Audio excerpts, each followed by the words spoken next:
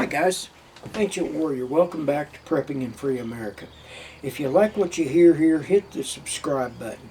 If you want to be the first kid on your block to know what craziness I'm talking about, hit the bell icon with all. Okay, in my last video we was talking about food.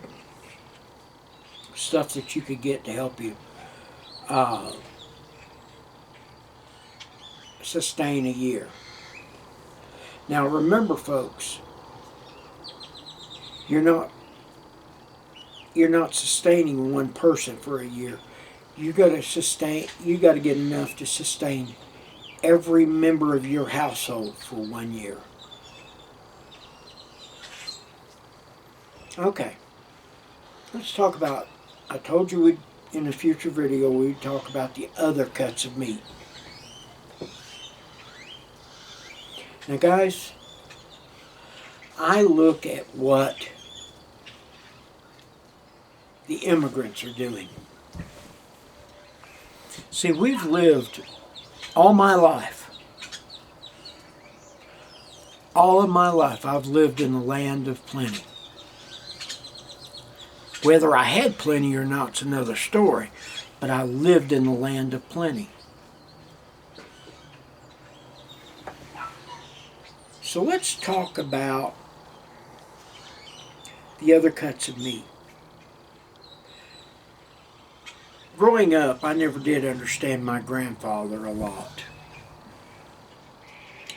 I had to become an adult and actually understand what he was teaching and preaching.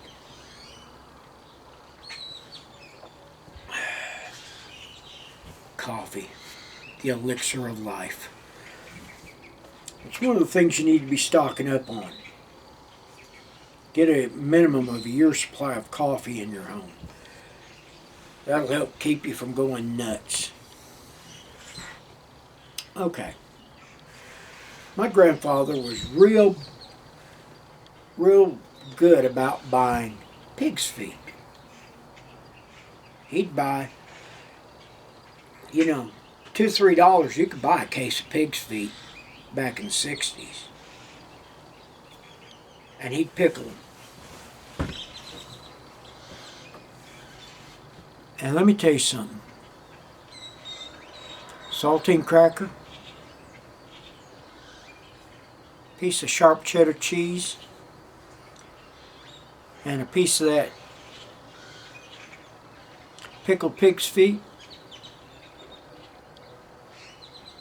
and it would make a pretty decent, one pig's foot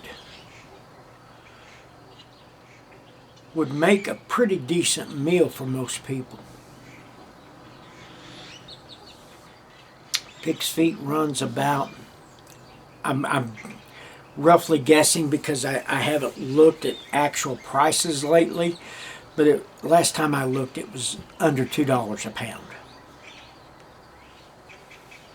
Let's talk about oxtails.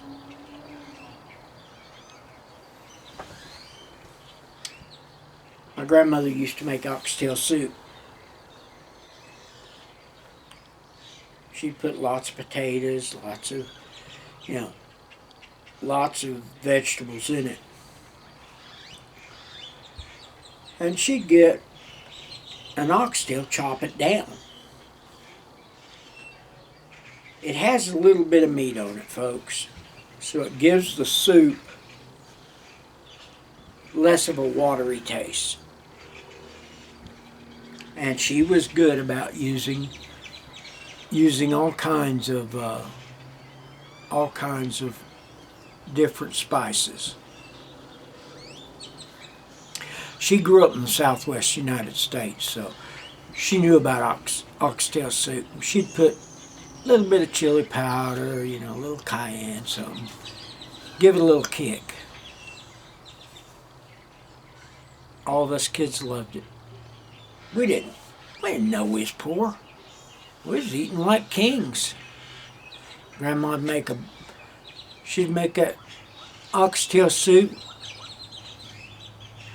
a big deal of cornbread, and God, we were in hog heaven.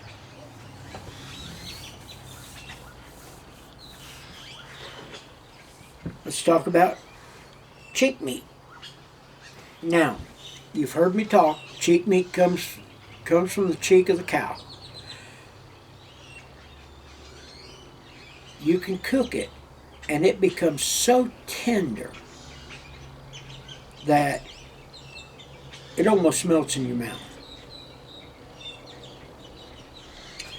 Now, and it's not hard to cook. Any minor genius can do it.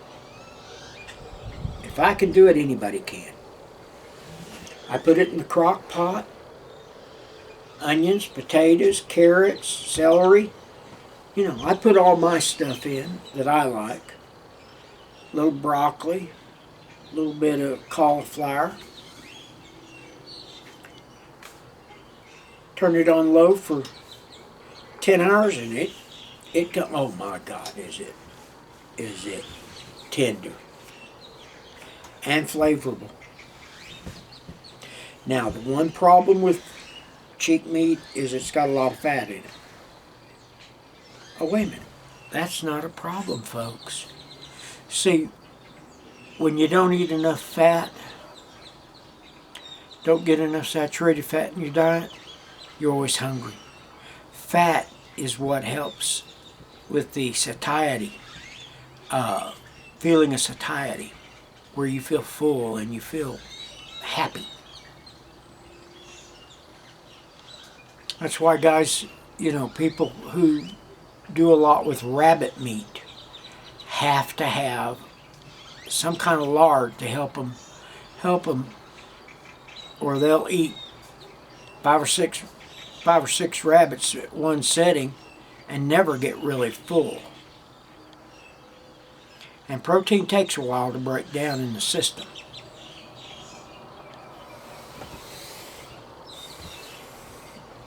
Guys, it's cuts of meat like this. Get a pork butt. Put it in your crock pot. Turn it loose for 8 to 10 hours. You can mix it with vegetables. You know, stir fry it with vegetables, and it'll give you a complete meal. You can put it in with ramen noodles. I do it regularly. I'll get probably more meat than I get ramen. A little bit of vegetables. And I go to town. About 1,000 calories for that one meal. And that's if I use the complete brick of ramen. I don't always do that.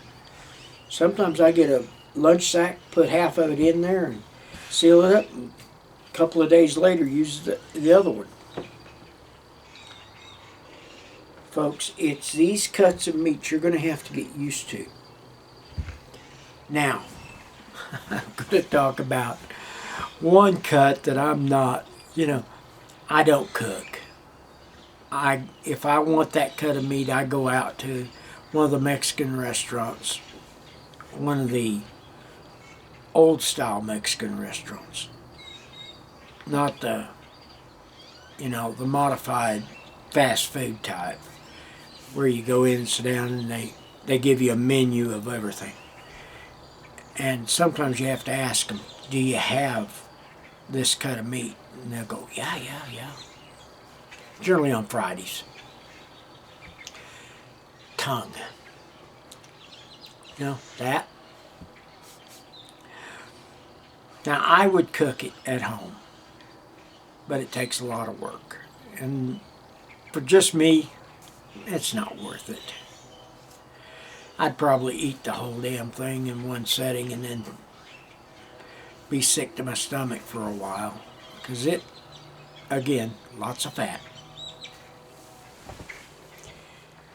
Guys, learn to cook these things.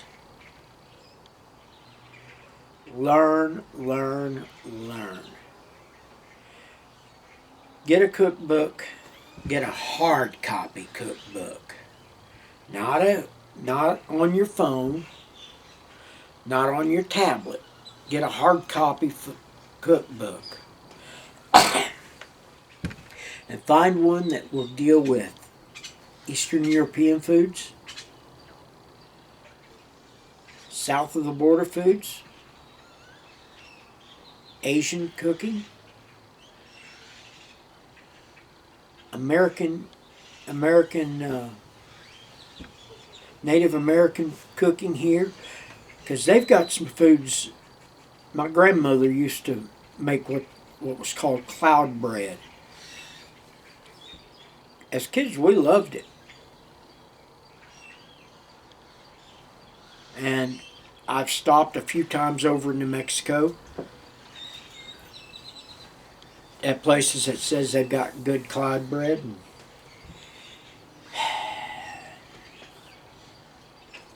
Grandma was just an exceptional cook, guys. So if you got a grandma in your life that's an exceptional cook, learn from her. Learn everything you can from her. You know, we only have grandparents for a short time as kids. With that being said, remember, it's better to have this stuff and not need it than need it and not have it. And if you're prepping, you're going to live free. I'm the Ancient Warrior. We're out.